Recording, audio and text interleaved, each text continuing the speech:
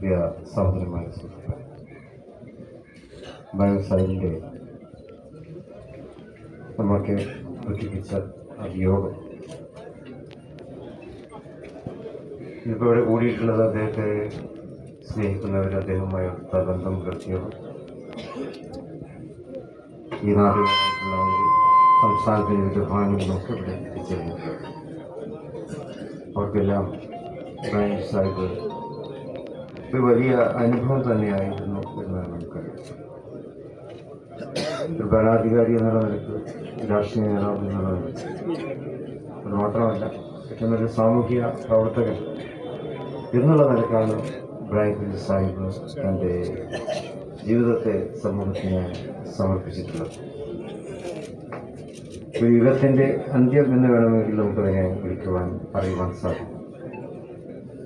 അത് ശ്രദ്ധായമായമോ ബഹളമയമോ ആയിരുന്ന ഒരു യുഗമല്ല. ഇബ്രാഹിം സാഹിബ് നമുക്ക് നൽകിയത് നിശബ്ദമായൊരു വാചാർക്കയായിരുന്നു. അത് സേവനത്തിൻ്റേതായിരുന്നു, കരുണയുടേതായിരുന്നു, കരുതലിൻ്റേതായിരുന്നു.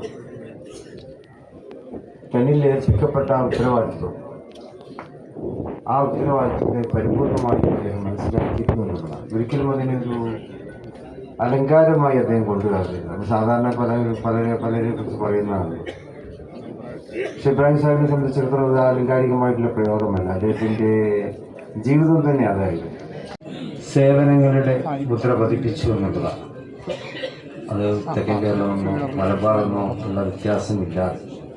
ഒരു വനാധികാരി എന്നുള്ള നിലയ്ക്ക് കേരളത്തിലെ എല്ലാ ഭാഗങ്ങളിലും അദ്ദേഹത്തിൻ്റെതായ കയ്യൊപ്പ് ചാർത്തിയിട്ടുണ്ട്. അത് സാധാരണക്കാരൻ്റെ ഹൃദയങ്ങളിൽ പതിപ്പിച്ച കയ്യൊപ്പായിരുന്നു അത് എന്നുള്ളതാണ്. നമ്മൾ പലപ്പോഴും പലയിടത്തൊക്കെ യാത്ര ചെയ്യുന്നവരാണ്. തെക്കൻ കേരളത്തിലും അതുപോലെ തന്നെ വടക്കൻ കേരളത്തിലൊക്കെ നമ്മൾ പോകാറുണ്ട്.